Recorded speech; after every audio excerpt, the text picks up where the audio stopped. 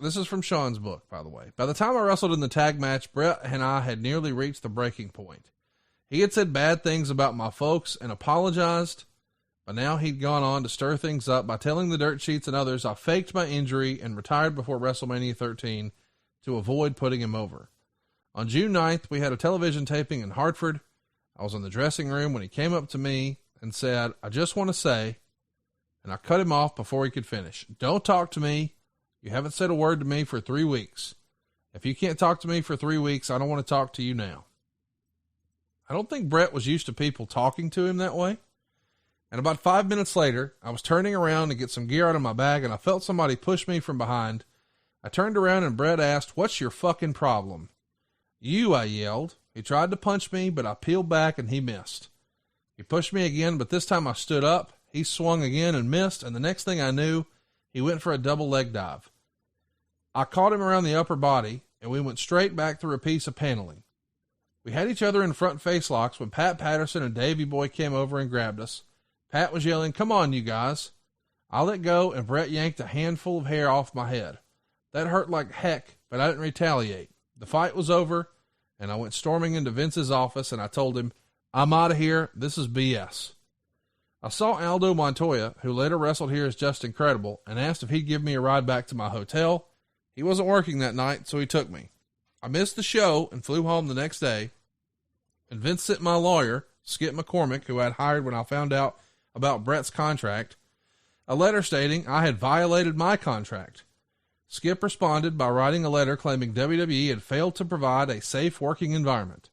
Skip told me that they were trying to blame everything on me, but once he wrote the letter, it would be back in their lap and they would ask me to come back. And that's exactly what happened. So this has been a long time coming. It felt like it was unresolved for months, maybe longer at this point. Were you surprised when you heard, hey man, they got in a fight for real, backstage, no cameras? No. You knew it was coming. Yeah, I think everybody saw, it was going to explode. I was in Vince's office when Shawn came in with his hair. And it was Shawn who claimed that, expressed that he goes, these are unsafe working conditions. Yeah. So, yeah, a lot of that is quite slanted. Both guys are guilty. Both guys were guilty. There's nobody's hands are clean in this one. What about Vince? Should Vince have stepped in and put a stop to this? Did he let it go too far? I think Vince, kept getting assurances from each one of them individually. You know what I mean? Yeah. I think that, and I don't even know if pulling them together and, and have that come to Jesus meeting would have helped or not. Who knows? I think that it was probably too far gone because it was every time that, hey man, listen, Conrad, I'm just going to talk about that one night, Nuevo Laredo, okay? And you go, oh, yeah, okay. We're just going to talk about Nuevo Laredo. Yeah, man, I'm talking about Nuevo Laredo. And I said, anyway, Conrad, and we had this donkey, and we were in Nuevo Laredo. But that's nothing compared to when we were in Juarez. And remember the Juarez thing with the tarantula and the iguana? And you're like, man, you weren't supposed to tell anybody about the tarantula and iguana. We didn't agree on that. It kept going too far. It was one-upmanship. And I think both guys were guilty of that. And I think that, in later years, I think both admit that and have come to terms that they both realize their part in this whole thing. The fight, I wasn't there, man. I didn't see it. Pat was. And, Pat was like, I was sitting there, and then all of a sudden, and they go to boom, and they go right through the wall, the fighter, the cushion, and I go off the base, and I don't stop it, and Bret is pulling out Shawn's hair, and you're yanking it at the base, and it's at the fire, and it's got hair flying everywhere. Pat, I gotta tell you, I was more worried about Pat having a heart attack than anything else. I didn't care about Bret and Shawn getting hurt. I was worried about fucking Pat having a heart attack. There was a lot of excitement for him. His two favorite guys. He loved Bret and he loved Shawn. He loved them both like they were his sons. And to see him fighting, why can't you fight? No, you hug each other at a pace. Give him a hug. Go have some smoked meat and a Montreal steak. Get your pace. Get the hot dog, with the sauce on it, a little mustard at a pace. Everything will be okay. We go to Montreal. You'll love it. Let me ask a question. I can't help but think about our old pal, Jim Ross. And I wanted, if you were Jim Ross right now, I would ask, how would the Cowboy have handled this situation with Bret and Shawn? And you spent some time with Bill, but maybe not as much as you did with Mr. Bosch. How would Mr. Bosch have handled this? Would he have done it the way Vince did it, or would there have been a different approach? Bosch probably would have fired him. Really? Yeah. Bosch probably wouldn't have used him again. And let him go to WCW. Well, no, we're talking about Houston and shit. I don't know how Paul would have handled a national company. Paul was a different kind of promoter. He was a one-town promoter. Right. I think Watts would have, God damn, I'll just lock him in a room and let him fight it out. Even though he wouldn't. And Bill would probably just find the hell out of him and make him work it out. Bosch would have fired. I think Bosch just wouldn't have used him anymore. Here's what Dave wrote. The enigma of being arguably the most talented performer in American rings and seemingly being ill-equipped emotionally to handle the spot his talent has gotten him came out in recent weeks. Michaels became at odds with Vince McMahon by demanding a new contract, one that would cut his pay or put his pay at the same level as his rival, who fell into a bidding war and came out with the most lucrative guaranteed money contract in the history of the company. When McMahon turned down his demands, he gave his notice, wanting to join his real friends in WCW. With 4 years remaining on his contract, McMahon refused. And the general attitude during the week was they had no idea where Michael's head was, and contingency plans were being made both for television and the pay-per-view and house shows if Michael wasn't going to appear. So this is where, I guess, the big, let me go hang out with my real friends. And I guess this is where the attorney is asking for him to match Bret's contract. Do you think, could the company have even afforded to do that at this point?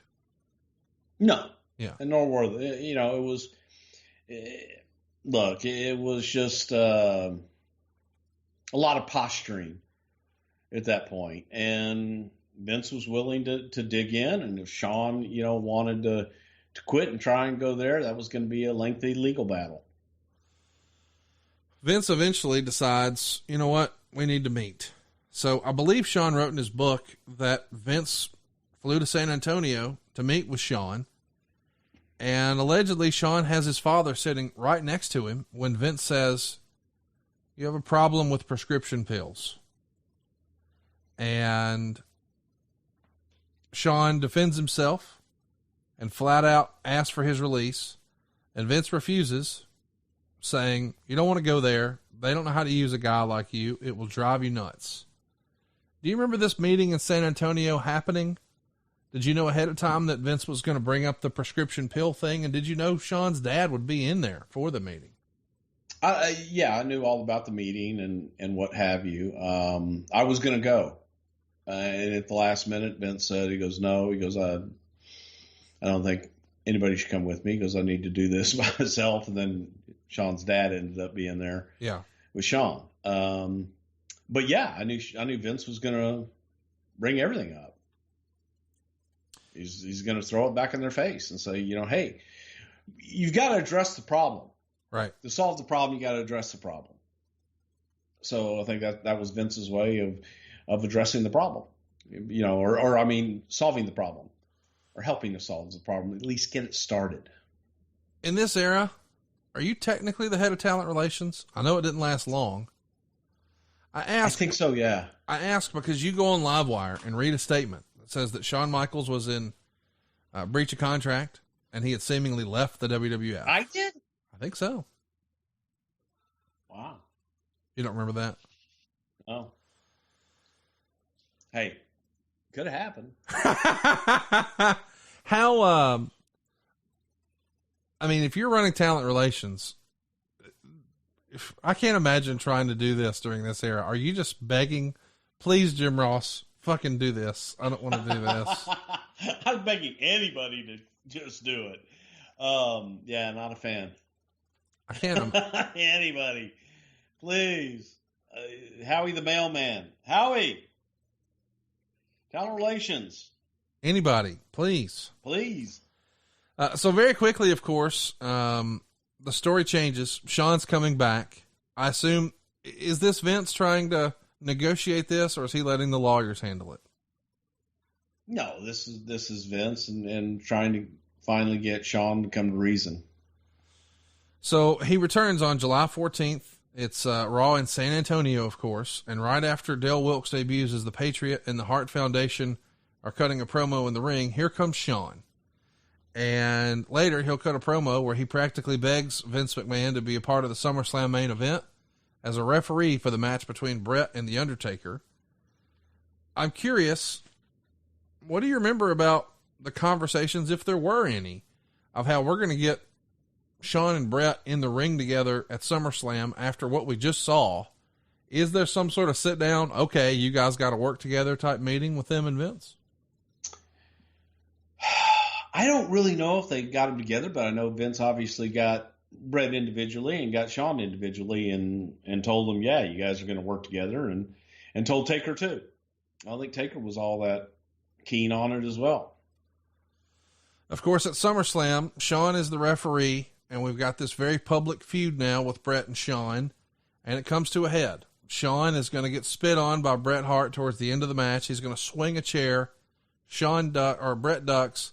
So Shawn accidentally crushes The Undertaker, and that leads to Bret getting the pin. Shawn counts, and Bret becomes the second person ever to hold the WWF Championship for the 5th time. And all of a sudden, whether it was the original intention or not, it feels like we've got a heel Shawn Michaels. Thank God. Shawn Michaels had been a babyface for all of 96 and the top babyface. And at this point, he's been trying to be a babyface, but now it's clear we're going to go in the direction of a heel. Did you prefer Shawn Michaels' work as a babyface or a heel? Both. But I think Shawn's, I don't know, man. He was a hell of a fucking babyface. Shawn's just a hell of a performer. I liked him as a heel. What did Shawn prefer, do you think? Probably being a heel. Yeah.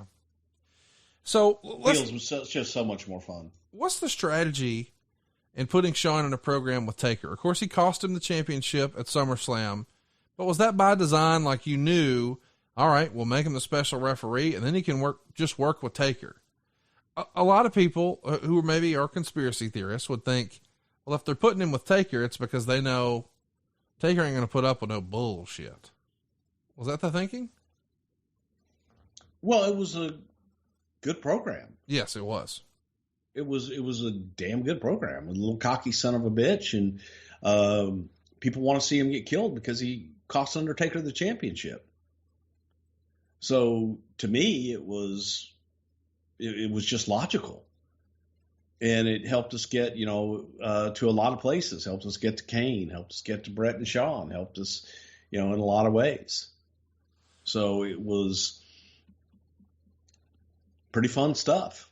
The next day in Bethlehem, Pennsylvania, Meltzer would say the original plan for the Raw main event was for Shawn Michaels to cost Dude Love and Stone Cold the tag team titles, which would then go back to Owen and Davey. But instead, Shawn winds up doing a promo that really solidifies him as a heel. Is that something you think Shawn would have campaigned for, or as long as it winds up as him a heel, it doesn't really matter? Yeah, it really didn't matter. I think that, people just, I think you needed to hear from Shawn. Yes. It was more than anything. You needed to understand and hear what his motivation was, why. Yeah. And in not really accepting, I think that made you hate him even more. Shawn wrote in his book that this idea, or at least partly this idea, is putting Shawn and Hunter together. And the next week, we get the beginnings of DX. It happens on August 11th in Biloxi. Shawn Michaels is going to have an 11-minute and 2-second match with Mankind. It's fantastic. Rude comes out, hits Mankind with a chair, and Michaels is going to bleed from both the arm and head, but the blood isn't obvious on TV. And Helmsley at one point trips Mankind. They've been in a big feud, of course, for months. And Meltzer would say it appeared as if they're going to form yet another group, which will likely be called the Clique, with Michaels, Rude, Helmsley, and Chyna. Undertaker came out at the end, and Bear was on video vowing that Kane is coming. But let's talk about how this pairing came to be. We know behind the scenes, Shawn Michaels has been boys with Hunter for quite a while, and we know that at this point, I think Hunter and Chyna are officially an item.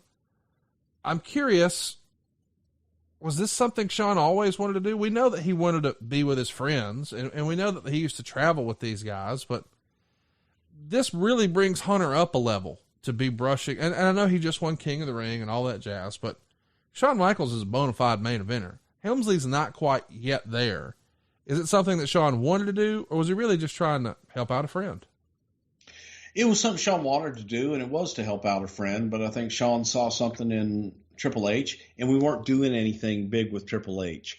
So it was like, okay, no harm, no foul. Try it, and let's see how it works. And it gave Shawn somebody to play off of, Hunter somebody to play off of, and they were, their chemistry was natural. So it worked, but it was a way to level up Triple H. On August 18th from Atlantic City, Meltzer would say this. Apparently last week when Michaels found out about Rude doing the bodyguard gimmick, he cried and complained because he didn't want Rude, and if he wanted a bodyguard, he wanted Helmsley. So Rude will be with him a little longer and then move on to other things if everything works out. Rude is yet to sign a WWF contract, so in this climate, putting him on TV carried some kind of risk. The plan at this point is for him to only work television. Do you remember Shawn not liking the idea of being paired with Rude? I thought they were great together. I liked it. They were. I don't think Shawn liked it. That was more of a Russo thing. And, as far as the contract goes, Rude didn't sign his contract. And that drove me absolutely nuts because every week I would say, why are we putting him on TV when we don't have a contract? The main event that night is unbelievable. It's Undertaker and Mankind taking on Shawn and Hunter. Undertaker and Mankind go over by DQ in 12 minutes and 18 seconds. Rude comes out. There's a chair involved, and Shawn Michaels just wraps the Undertaker's head around with a chair. It's unbelievable. Taker does a major blade job, according to the Observer. He's bleeding everywhere. This is not common on Monday Night Raw in this era, or not common in any television wrestling in this era. Maybe pay-per-views here or there, but buddy, this is a big one. Where does the change come for the blood? Because there had been discussion for a while that, wrestlers were doing this barbaric practice and we're not going to do it. And it feels like it was sort of hokey pokey with the blood at this era, but this is a big one here. Yeah. I think it just depends on the situation. Everything was different.